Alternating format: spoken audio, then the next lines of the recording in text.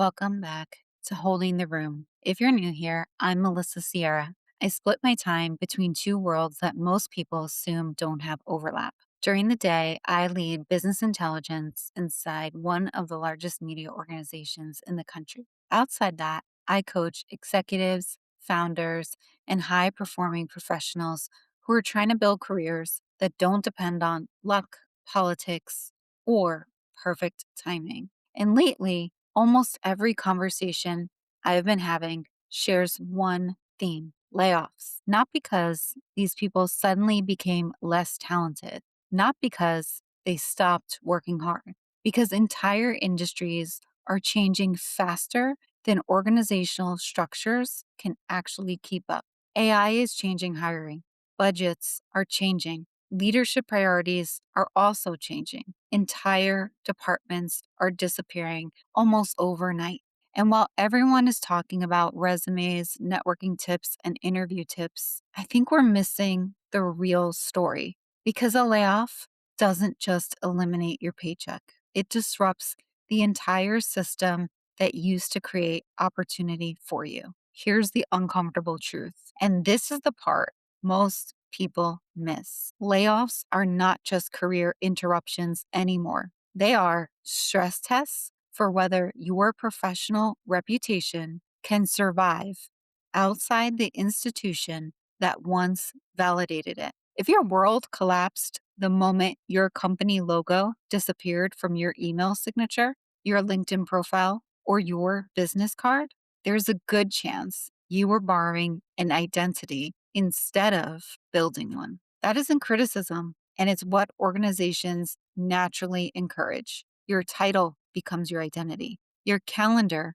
becomes your purpose, your company becomes your credibility until one day it doesn't. The professionals who will thrive in this new market are not the ones with the prettiest resumes. They are the ones who have built portable trust, portable visibility, and portable demand. Today, I want to discuss how the opportunity framework helps you future proof your career, not because it's going to help you find your next job, because I want to help you build something much more valuable, an opportunity engine that makes you less dependent on any single employer ever again. If you're serious about rebuilding your career, don't just listen to this episode. I want you to grab a notebook. We're going to build your flywheel together. So let's get into it. Stage one: resetting your identity. The first question I ask every executive after a layoff is deceptively simple: who are you without the company logo? Most people answer with another title. I was a VP. I was an engineering manager. I was a product leader. But notice what's happening. Every answer starts with what someone gave them, not what they created. One coaching conversation comes to mind. An executive told me, I don't even know how to introduce myself anymore. And that sentence has stayed with me because what they were really saying was, I no longer know how to measure my value. And that's identity fatigue. When your professional identity becomes so intertwined with your employer that losing one feels like both. But here's the belief I want you to challenge. This is why a layoff can feel so disorienting, even when you intellectually know you're talented. You're not only grieving the job, you're grieving the mirror the organization handed you every day. Your job was never your value, it was one expression of your value. If I took away your title, would people still seek your perspective? Would people still trust your judgment? Would people still ask for your advice? If the answer is yes, your value is still intact. Now, here's an exercise I'd encourage you to do today. Open a blank document. Don't look at your resume. Don't look at LinkedIn. Write down 10 things you consistently did that nobody even assigned to you. Maybe you connected teams that didn't communicate. Maybe you simplified complexity. Maybe you calmed stakeholders during difficult moments. Maybe you saw patterns that other people missed. Those are not job responsibilities. Those are your unique capabilities. We're moving from a title economy to a capability economy.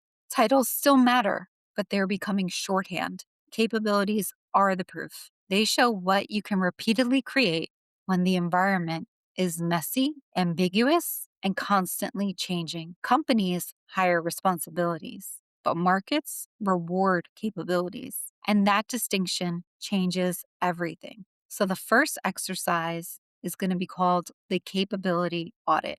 Now, don't just listen. I want you to build this with me and pause the video or the audio if you need to. Go find your last 2 or 3 performance reviews. Again, not your resume, not your LinkedIn, your actual performance reviews. But I want you to read them differently. Forget about the rating. Forget whether you exceeded expectations. Look for the language people repeatedly used to describe you. Maybe they wrote, Melissa's dependable. That's nice. That's not a capability. Keep reading. Maybe another manager wrote, whenever a high profile client engagement starts to fall apart, she's the person we trust to stabilize it.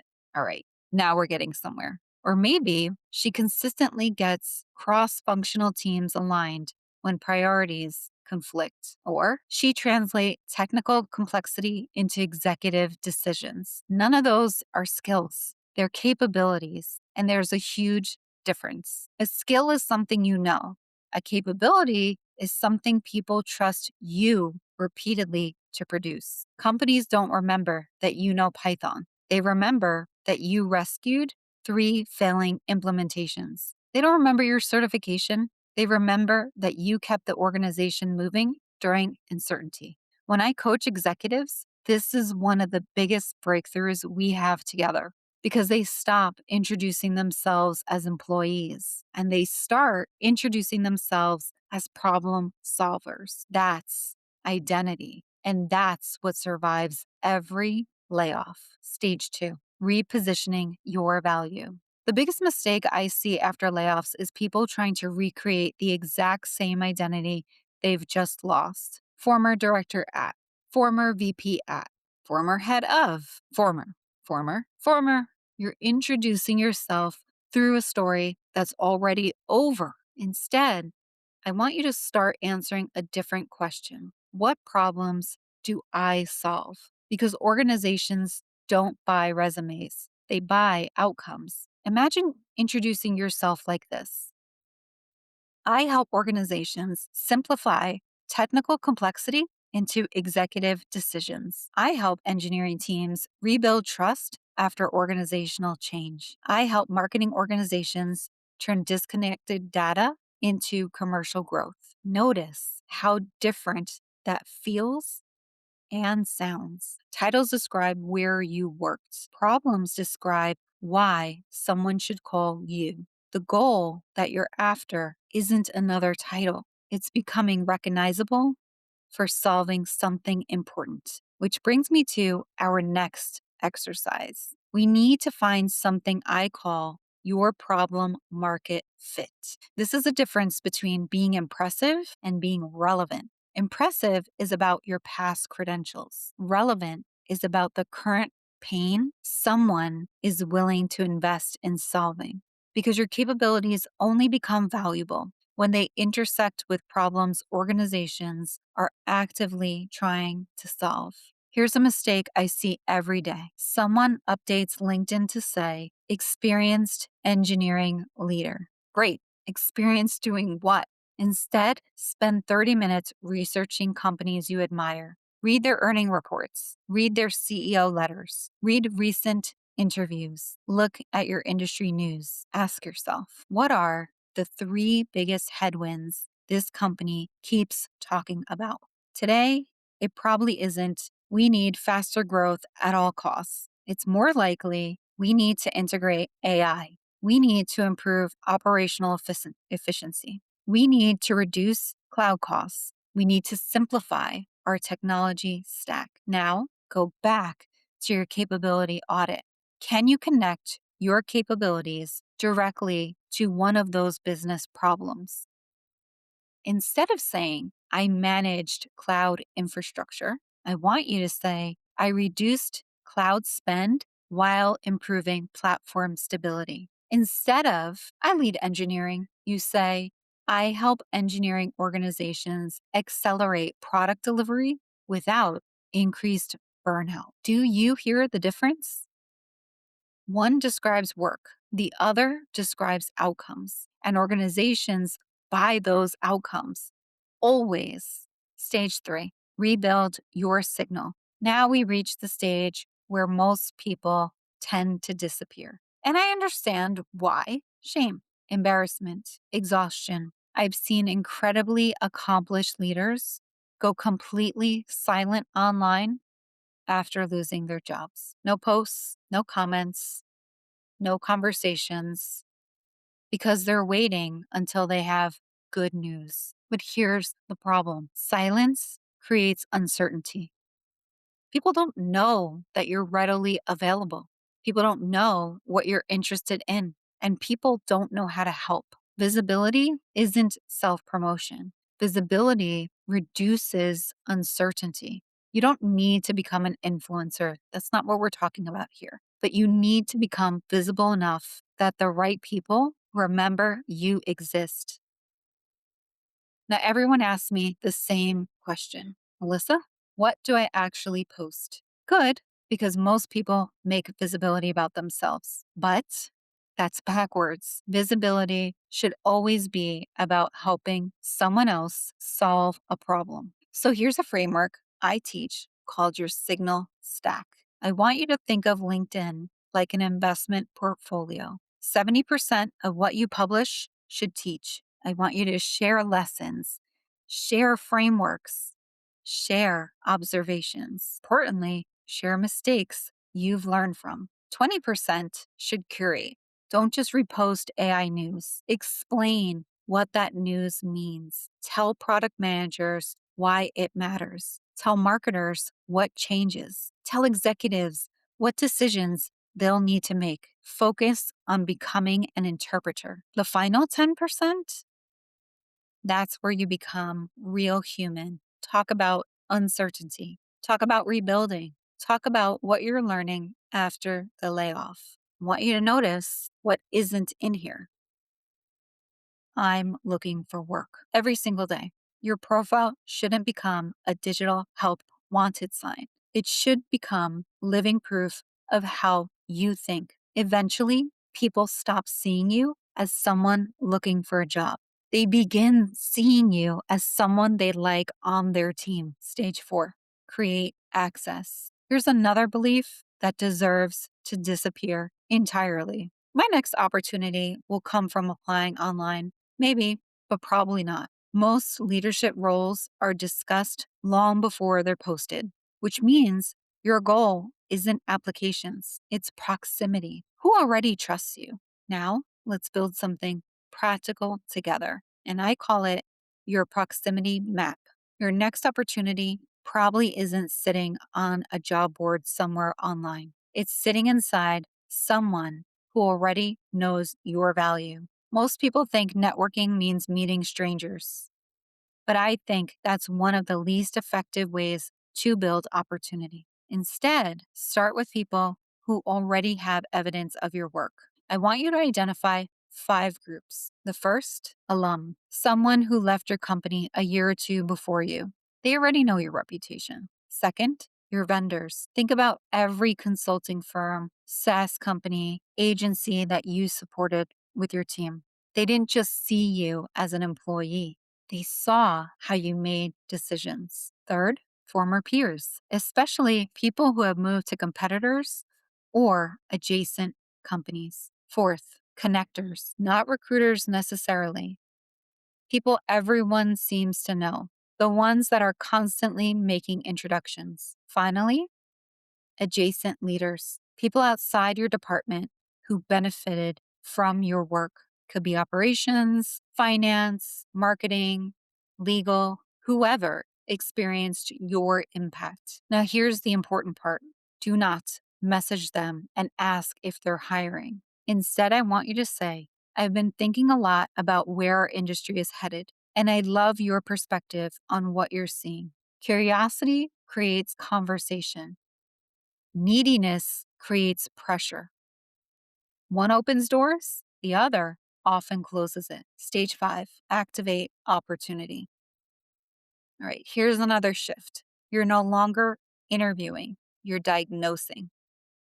Imagine you're a consultant walking into the organization for the first time. You wouldn't begin by talking about yourself. You'd begin by understanding the business. So the next time you're having coffee with someone, I want you to try asking questions like these. If your team could move 20% faster, what's the first bottleneck would you remove? What's one project everyone knows needs to happen, but nobody has the bandwidth to lead? As you think about the next 12 months, what's the talent gap that worries you the most? Now, notice what happens. You're no longer discussing your employment, you're discussing their future. And that's executive conversation. And something fascinating happens. Sometimes they answer the question and then they stop. They look at you and they say, you know, that's actually exactly the kind of thing we need help with. And that's how consulting engagements start. That's how advisory roles appear. And that is how hidden opportunities become visible. Not because you asked for a job, because you uncovered a problem before anyone wrote the specific job description. There is a phase of the layoff journey that no one talks about. It's not the shock of day one, and it's not the celebration of the new offer. It's the 3-month mark, and I call it the messy middle. This is when the initial hustle wears off, your LinkedIn feed starts feeling repetitive, and the treadmill of execution burnout kicks in. Except this time, you aren't even getting a paycheck for all the work that you're putting in. So let's lean into identity fatigue versus momentum. The messy middle is where most people abandon their flywheel. They start to think, I'm doing the signal, I'm creating access, but where is the result? And this is where identity fatigue turns into decision fatigue. You start questioning if your repositioned value was actually a mistake. So, what I want to give you is the 3-part sustainment plan. Number 1, shift from outcomes to inputs. In business intelligence, we don't just look at final revenue, we look at the health of the pipeline. In the messy middle, you must stop measuring your success by job offers, which is a lagging indicator, and start measuring it by high value conversations, a leading indicator. If you had 2 discovery sessions this week, your flywheel is spinning, period, point blank. Number 2, the identity anchor ritual. To fight the feeling that you're just a job seeker, you need a non career win, whether it's a fitness goal, a creative project, or community contribution. You need one area of your life where you are the maker, not the applicant. This protects your ego from the nose of the marketplace. And number 3, the information diet. Burnout comes from over consuming the noise of other people's success. In the messy middle, I want you to limit your signal time. Post your content, engage with your proximity map, and then get out. Don't spend 4 hours doom scrolling. I'm happy to announce posts. It drains your battery, and you need that for your discovery sessions. The messy middle isn't a signal that you're failing, it's a signal that the flywheel is building the friction necessary to eventually create centrifugal force. The silence between your effort and the outcome is where your professional character is actually getting forged. Stage 6, build momentum. And then something wonderful happens. You land consulting work, an interview, an introduction, a board conversation, a new role, and most people stop there. But I don't want you to. Momentum compounds. I want you to ask for recommendations, capture testimonials, write about what you learned through this process, reconnect with the people who helped you, and thank them publicly. One opportunity should create the next. That's the opportunity flywheel. Every rotation should become easier than the last. And eventually, opportunity isn't something you chase. It's something your reputation consistently and continuously generates. Here is my 7-day opportunity flywheel challenge to you. Are you ready? If you haven't got a pen and paper at this point, what are you doing? Let's lean in. Number 1, complete your capability audit. Day 2, rewrite your LinkedIn headline around outcomes specifically. Day 3, I want you to publish one teaching post using the 70-20-10 signal stack that we covered earlier. Day 4, build your proximity map with intentionality. 5, schedule one discovery session. Day 6, reflect on what you learned and refine your positioning. Day 7, share one insight publicly to keep your flywheel moving. I want to leave you with one final thought. A layoff doesn't end your opportunity, it reveals who you're becoming in this opportunity. And for some people, opportunity lived entirely inside one employer, one manager, one organizational chart, one title. The people who recover the fastest build something different. Their opportunity actually exists outside the company. It's built through relationships, reputation, capability, generosity, visibility. And because those things belong to them, no layoff can take them away. If you've recently been laid off, I know this season probably feels uncertain for you. I've coached enough executives to tell you this. Many of the biggest career breakthroughs I've witnessed started with conversations people never wanted to have. And sometimes losing the title creates space to build the career you actually want. So this week, don't start with your resume. Start with stage 1. Ask yourself one question: who am I without the company logo?